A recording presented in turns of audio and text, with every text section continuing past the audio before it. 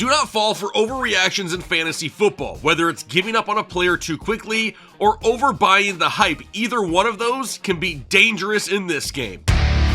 What is going on, Headliner Nation? Hopefully everyone is doing well out there today, and welcome to a new show that we're doing here in 2025, where we're going to start tracking player trends. We're going to be going through players who have had good games and bad games and trying to find those guys that have a chance at going streaking. Now, as the season goes on, this is going to become more and more helpful. It's going to help us find those most volatile, those most consistent players in fantasy football, and we can actually take a look at their hit rates and their miss rates. So be sure to subscribe so you do not miss this show weekly all season long. Now, full disclosure, I'm not feeling the greatest today, but it's time for me to ice up, son, and just pound some coffee, maybe get through this show on pure caffeine. And maybe you should do the same. Go brew yourself some crazy good coffee from 1.01. That's right, this is the #1 overall pick in coffee, and I'm going to be drinking it basically every day all year long. They got French roast, breakfast blend, French vanilla, ground or whole bean, whichever you prefer. So if you drink coffee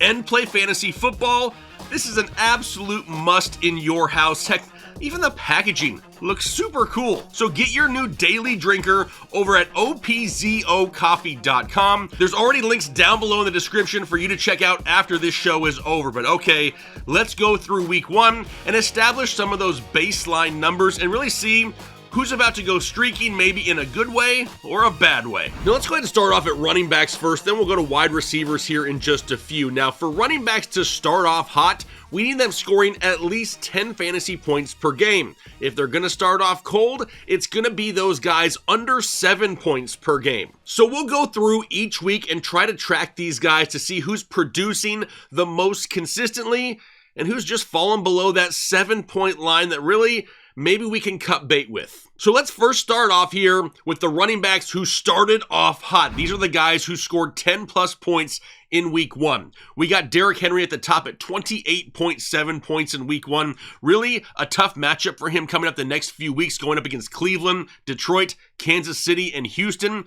But the king runs on everyone that the king wants to run on. It's Derrick Henry. Then Bijan Robinson at 21.4 points. With Mooney and London less than 100% healthy, you have to think they're going to be using Bijan Robinson more and more. How about Javonte Williams? 19.4 fantasy points in week 1. He started off hot, but he really benefited from Eagles defensive tackle Jalen Carter getting kicked out of the game for spitting on Dak Prescott before the very first offensive play.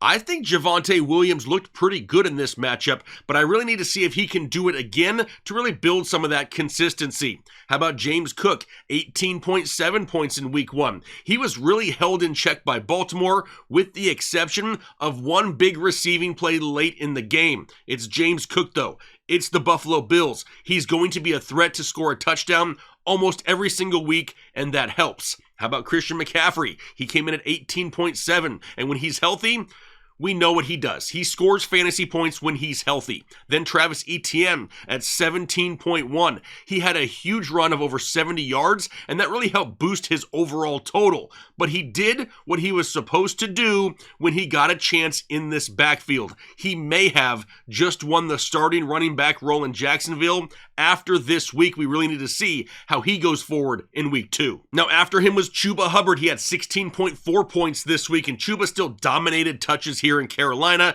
and there is no other running back on the roster that's really going to threaten taking away those touches. Then we got Saquon Barkley at 16.4. No surprise there. Breece Hall at 15.5 fantasy points. Breece really surprised me going up against Pittsburgh. That split backfield really didn't happen, at least like they said it was going to happen here this preseason. And despite Justin Fields getting 12 carries, Breece Hall still ended up with 20 plus touches.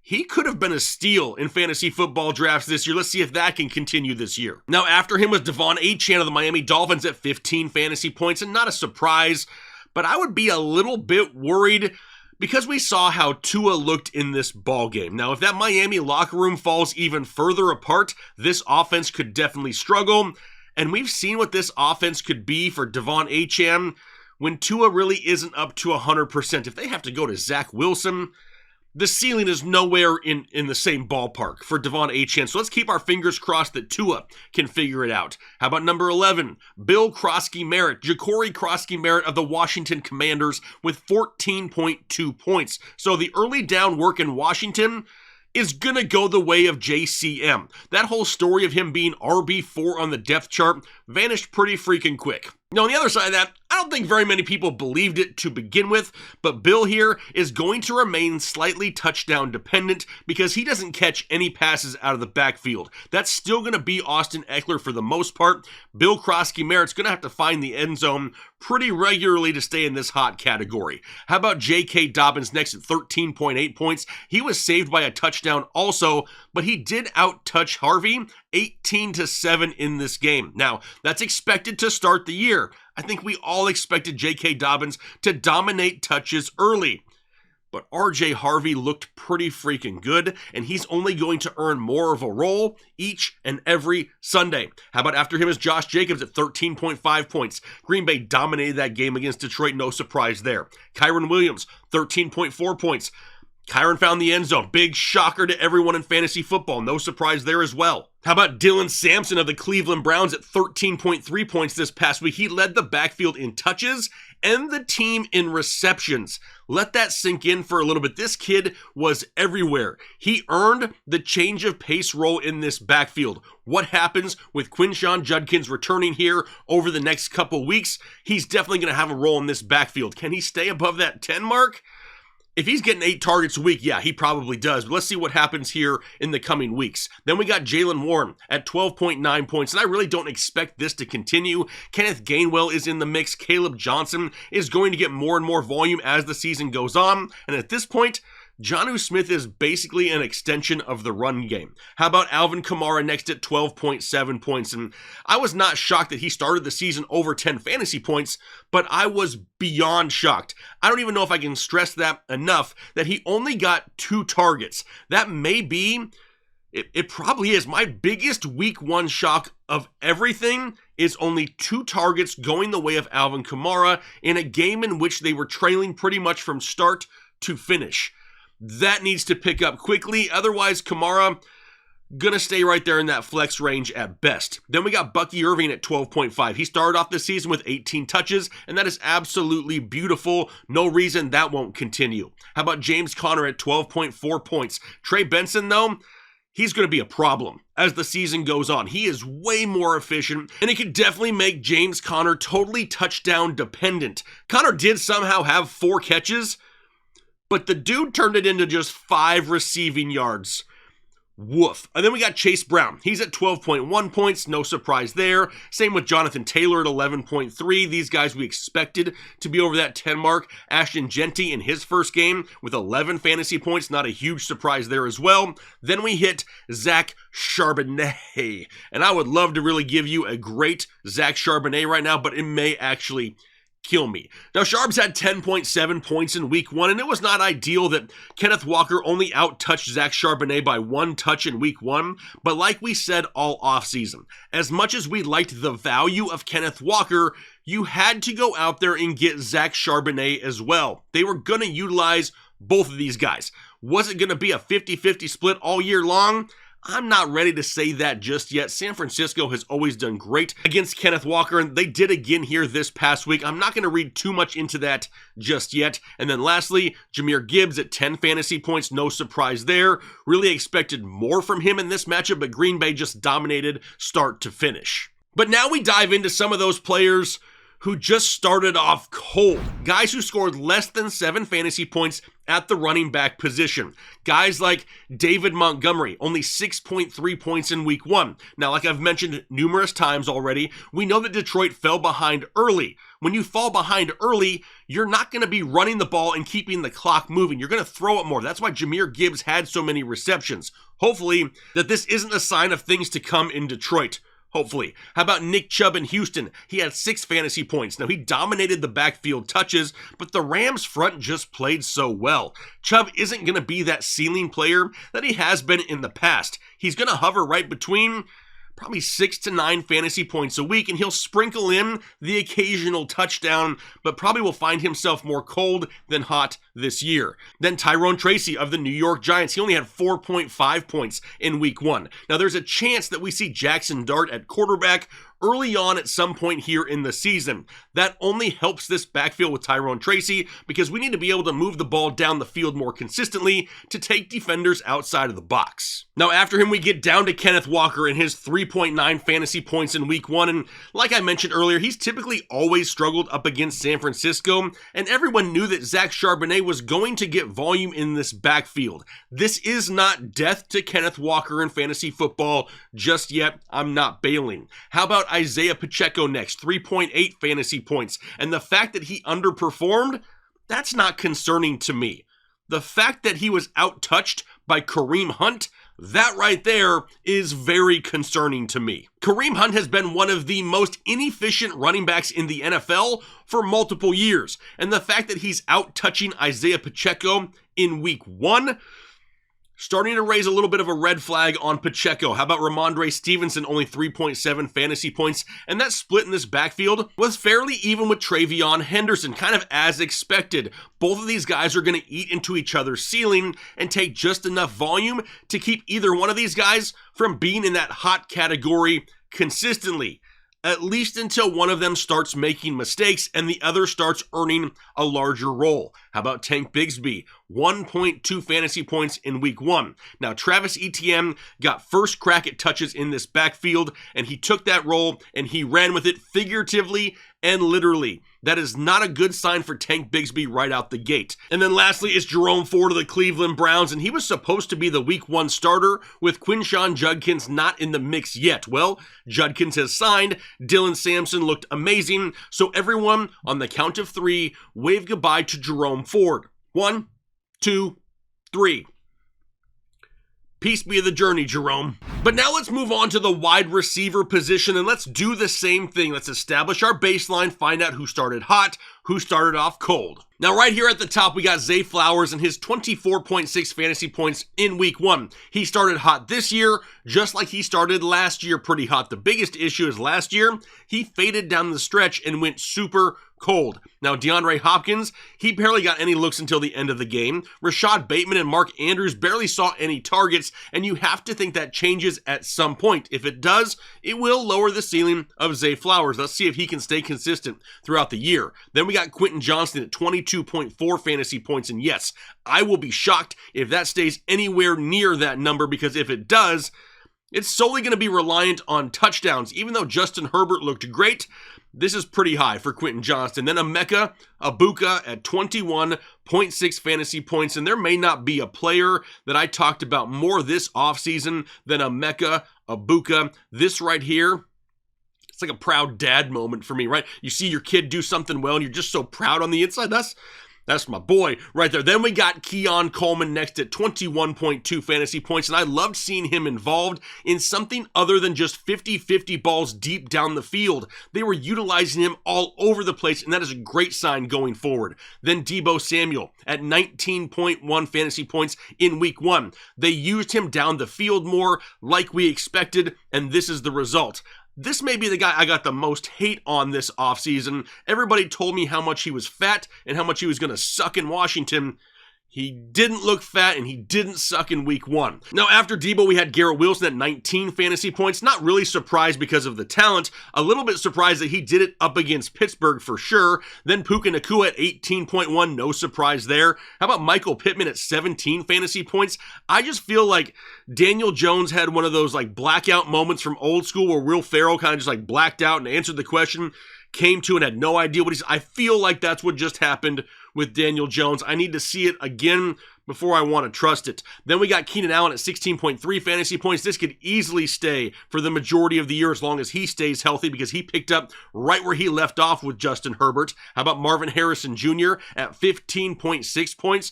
Love to see him start off with a hot game. Now, I was not thrilled that he only had 6 targets in that game, because that's eerily similar to what we saw in his games last year. We need more volume. Then it's Courtland Sutton in Denver. He had 15.1 points this first week, and the TDs, they keep on a-coming. And with the injury to Evan Ingram, they could keep coming in Denver. Then Calvin Austin, 15 fantasy points, and I really don't expect Pittsburgh to be in weekly shootouts like they just were in week 1. But we saw the playmaking abilities of Calvin Austin. Now this offseason, I compared Calvin Austin to Aaron Rodgers' new-aged Randall Cobb. It was great to see that connection in week 1. Can that continue? Then we had JSN, Jackson Smith, and Jigba, 14.9 fantasy points this week. And I'm not going to say that Cooper Kupp is completely washed after 1 week, but I will continue to say that he is nothing like what he used to be in his old Rams days. JSN is going to continue to see huge volume every single week. Now, after him, we go down to Marquise Hollywood Brown at 14.9 fantasy points, and not many other options in Kansas City right now, right? Rashee Rice is out. Xavier Worthy is injured. They're not going to overuse Travis Kelce. This may not change until the middle of the season when we get Rashee Rice back, at least for the next month.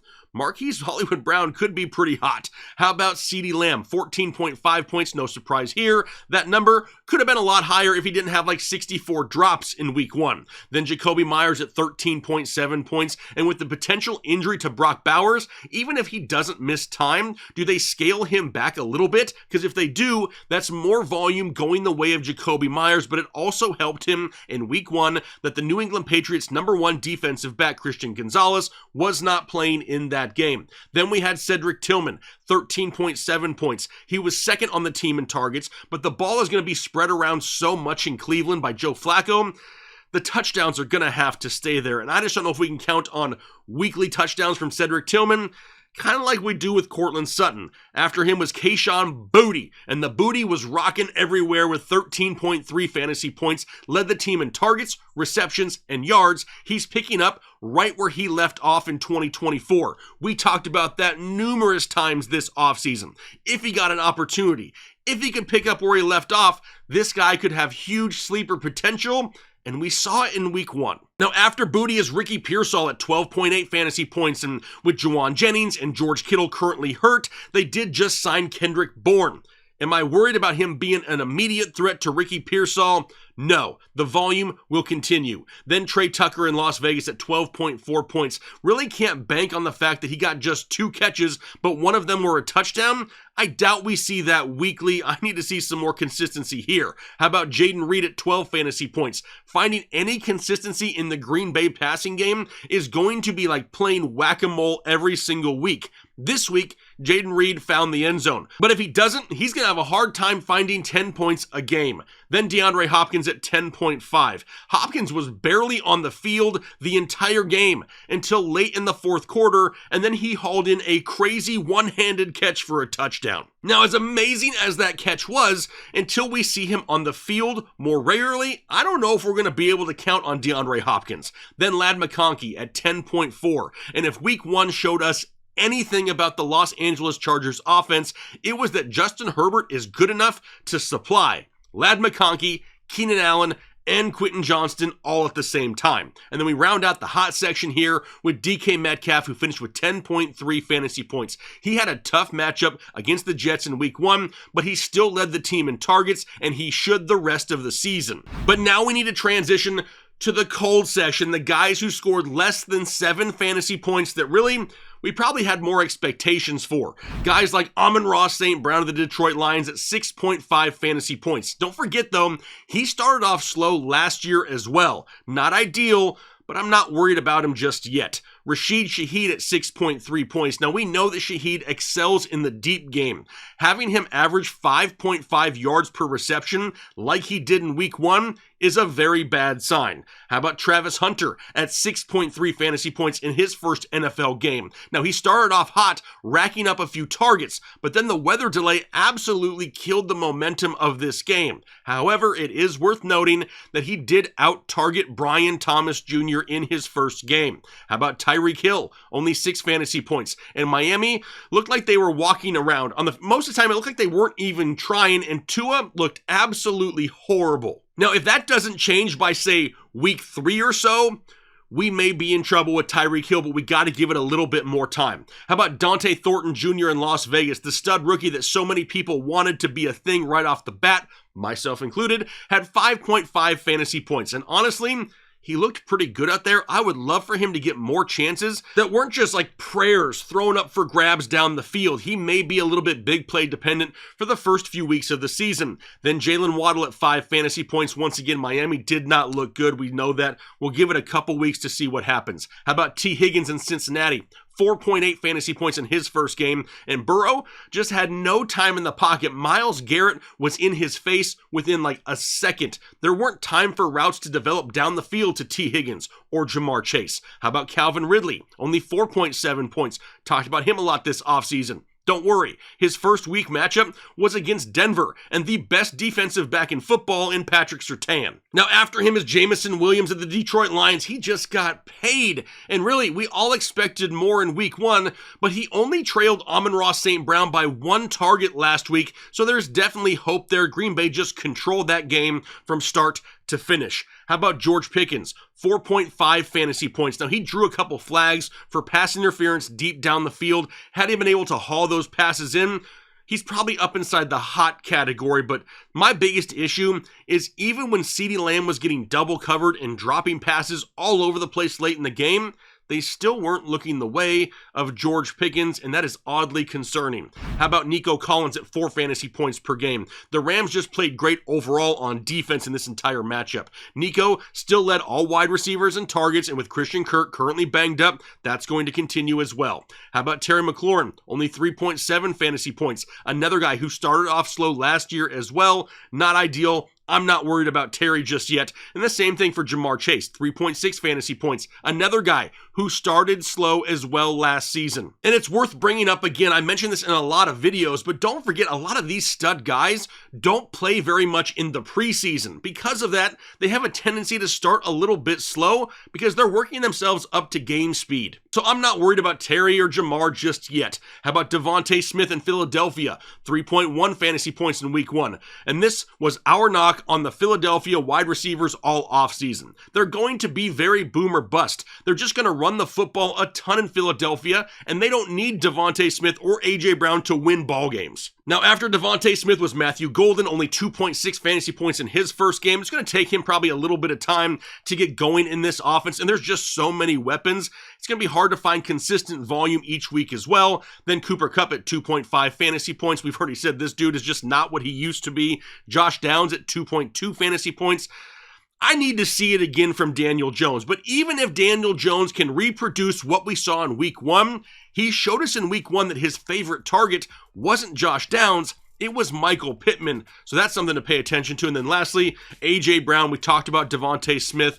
This was our knock all year, right? It's just too boom or too bust. The guy didn't even get a target until late in the fourth quarter. We know he's not 100% healthy, but it's A.J. Brown. Is he really ever 100% healthy? That's one of our biggest concerns that we talk about each and every year. All right, so there was our breakdown for week 1. And like I said, we're going to build off of this every single week. We're going to find the trends. We're going to find the consistent plays. We're going to find those boomer bust guys so we can make the best choices possible for our fantasy football lineups. Now, I know a lot of us out there were burned by some studs in week 1. It happens every year. Don't forget that. This isn't just a 2025 thing. It happens every year I've played fantasy football since 1999. So do yourself a favor, take a deep breath, sit down, relax a little bit. We got a lot of season left in front of us.